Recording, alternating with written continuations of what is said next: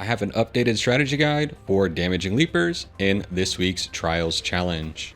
This strategy will help you make 20,000 or more following a very simple rotation. I was able to eliminate 7 total leapers in a single round using this strategy. As a reminder, in order for your Trials score to count, you must extract safely.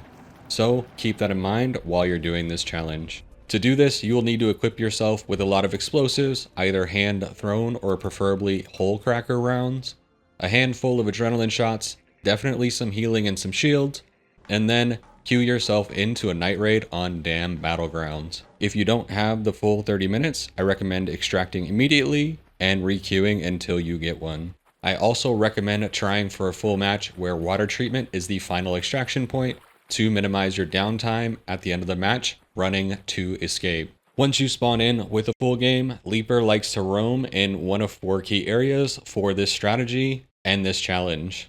The water treatment extraction point, outside research and administration, outside the testing annex, and wandering in the Red Lakes.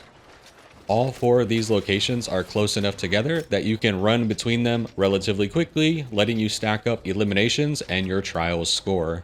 Depending on where you spawn in, proceed to your closest of the 4 key areas and begin searching for a leaper. From there, you want to fight a leaper from an area that has some cover, whether it's a shipping container, large rocks, or even a supply depot.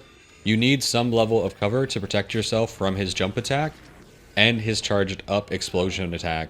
Both of Leaper's 2 attacks are extremely powerful and will get you wiped if you're not careful. He can leap incredible distances, so keep in mind nowhere is safe once you've aggroed him except for in and or behind large pieces of cover. Once you eliminate a Leaper, or if you've checked a key area and he is not there, the next step is to simply move to the closest key area after that. This is all you need to do for the rest of the match, is simply rotate between the 4 key locations and he will spawn back in areas you've eliminated him or searched after a period of time. If you're using a hole cracker or any level of explosives, make sure you have a few meters of distance between you and a leaper or you will damage yourself with those explosive blasts. From there, target any part of him you can hit. His legs are a weak spot after you've broken his armor if you're using a regular weapon.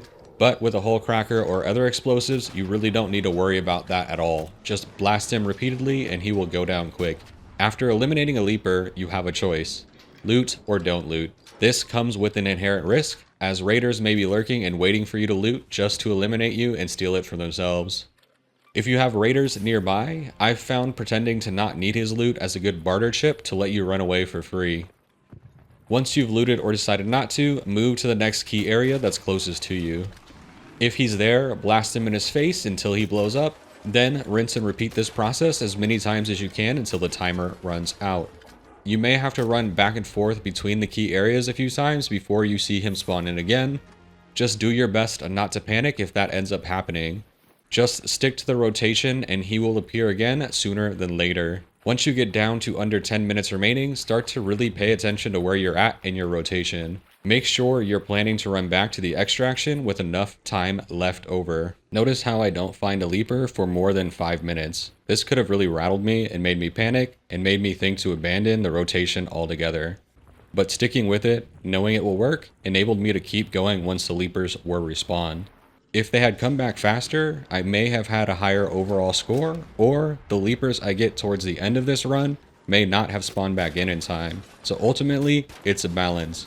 Don't panic, stick with the strategy, and keep rotating. If at around 5.5 minutes left, your leapers are still missing, find a nearby area to hide in and wait for the arc orbiter to hit topside and feel that shockwave that follows. I've had fairly consistent luck with this event respawning more leapers on the map for me. That said, with 5 minutes remaining, you have to figure out how much risk you're willing to play with. If you see a leaper far in the distance, know how much time it'll take to get out to him, eliminate him, and run back. This is where adrenaline shots will come in handy. Under 5 minutes, I highly recommend you don't take the time to loot him. The time it takes to loot plus the potential for getting jumped by players or arc is just too high to be viable for attempting this specific trials challenge. Eliminate him and haul it towards the extraction. You may run into a leaper on your way to extract. Again, you need to know the time it'll take to get the job done in time to be able to hit the button on the elevator before the clock reaches 0. As long as you hit the button by 1 second remaining, Shawnee will send an elevator and you can escape. But keep in mind that the window for getting in the elevator is cut down to 30 seconds or so. Going back to what I said earlier, having the water treatment as the final extraction is helpful, as in this case, I was lucky enough to have a leaper come wandering in towards the extraction right as I was getting ready to leave. This gave me a huge benefit of being able to be inside the extraction and getting an elimination on that leaper just before the door is closed automatically. Keep an eye on the screen inside the extraction. It'll show you how long you have before the doors close.